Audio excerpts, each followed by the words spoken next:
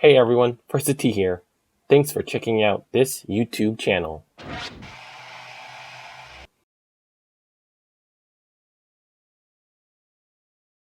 Congratulations, Andrew Landry, on winning the 2020 American Express. Here's his post-win press conference interview. The American Express champion, Andrew Landry. That was quite the dramatic finish you had on the back nine. I'm sure you wanted to get it done in an easier fashion, but how did it feel to be the winner? Feels great. This is winning out here is hard. So I played some good golf throughout the week, and my golf swing just did not feel super comfortable today. It started out all right and got a little loosey-goosey there, but just kind of made a small adjustment there on the 14th tee and hit a really, really nice tee shot, and the 15th tee, and just kind of gave me some good swing thoughts coming down the stretch. And so just to be able to get the job done, it means a lot to be able to be a winner again. You came close a couple years ago, losing in the playoff. What allowed you to kind of finish it out this time around? I mean, we all build, every tour player will build on past experiences. So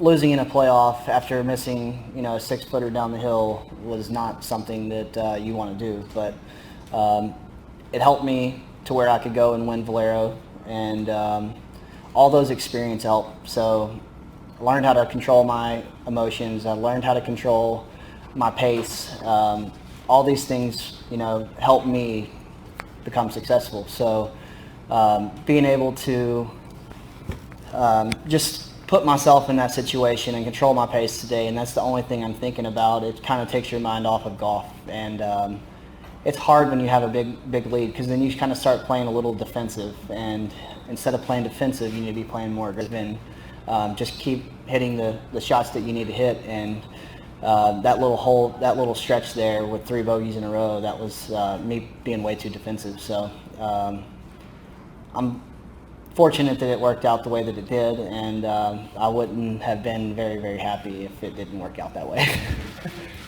Well, any other questions? We'll start right here. Please use the mic. Andrew, your experience, a round that seemed so certain after number 12 and became so shaky after 15. What was that?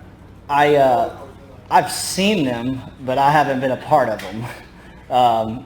I don't like being a part of them either. I just kept telling Terry. I told Terry on number 15. I said, "Let's go get this job done. Like, quit messing around." And I don't want to be a part of something like that ever again. And on 17, how difficult was it to just sort of steel yourself and hit that shot? That's a tough shot, especially with the number that we had today. I knew that it was a touch into the wind, and it was 159 yards down the hill, and I knew 9-iron was just not going to, I'd have to flush one to get it to the front edge. And so having to chip something down and when there's water completely around the whole entire green is a tough shot, and especially in that moment, and so but I just held on and hit a great golf shot there, and then had an absolute perfect number on the last hole to throw a wedge in there.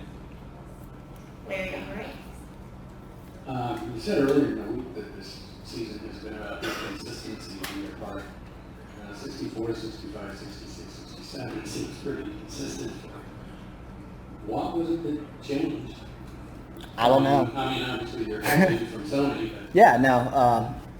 I don't know. I mean, honestly, I played some good golf in the off season, and I practiced really hard. And like I told you the other day, I got sick the week before Hawaii, and I just was not really ready to start the season yet. And went out to Hawaii, and we caught some pretty bad winds and some rain, and it just wasn't the greatest of conditions to be able to play as your first week back, when you get some nerves because it's your first week back. And but we flew over here. We stayed in Hawaii for a couple extra days and flew over here on Monday, and just got some good work in. I mean, this place is easy to get a lot of good work in. I mean, it's absolutely perfect conditions, and there's no wind and perfect weather, and so just being able to come out here and really try to work really, really hard.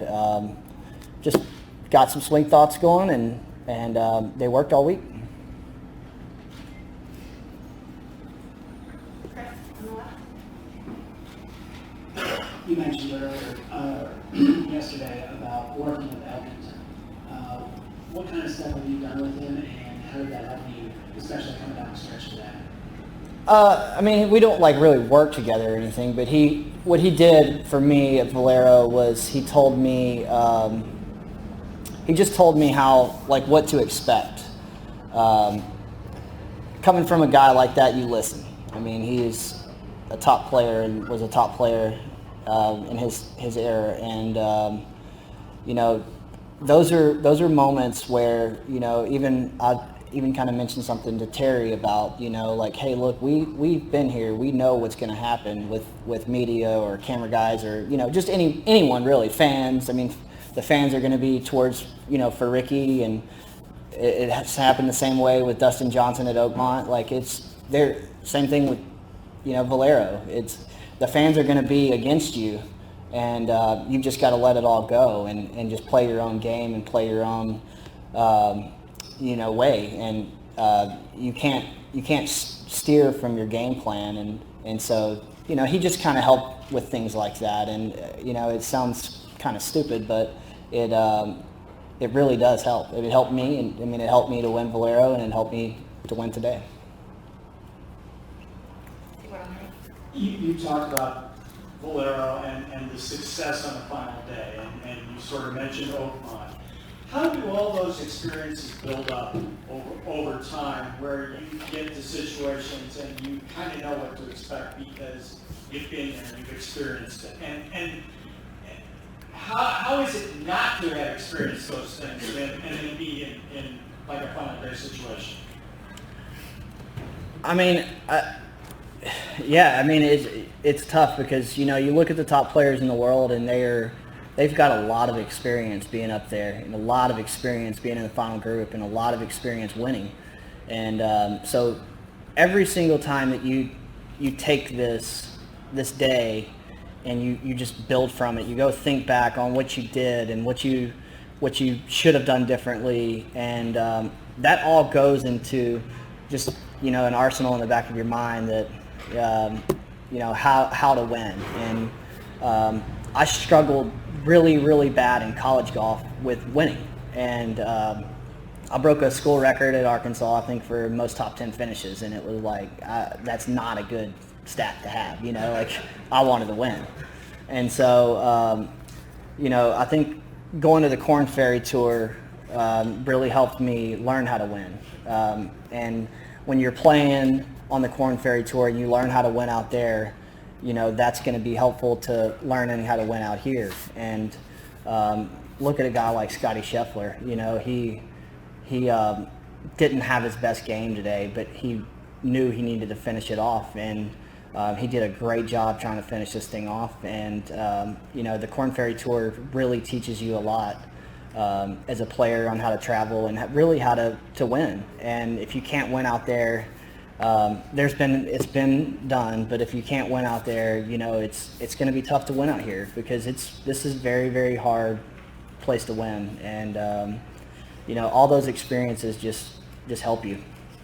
Sean? Everyone says this strategy is tough. It's always one of the first words. As what? Tough. And where does that come from? I don't know, probably because I'm 5'7", 150 pounds. And I'm playing up against a lot of 6'2" guys. No, I don't know. I was kind of tough, you know, in my younger days at junior golf. My mom would just kind of, you know, you don't want it bad enough, you know, make me want to go out and show her and prove to her, you know. And so she still does that to this day, and it really pisses me off. So. And before the offseason, you missed 6 or 7 cuts. Was there any part of you that was nervous about staying in your game? Absolutely. You know, John Deere last year really helped me because it was a year that was very similar to 2016 for me, where I just was not playing good, and go out at John Deere, and I got outplayed and finished third, and barely snuck in at Wyndham to, make it to the playoffs. And so having that third there, it made me just think, hey, look, you know what? We're going to be in contention 1 to 3 times a year. So just wait for those, be patient, and whenever you're there, you know what to do. Try to go capitalize on it. And so those are key moments. John Deere was a huge moment for my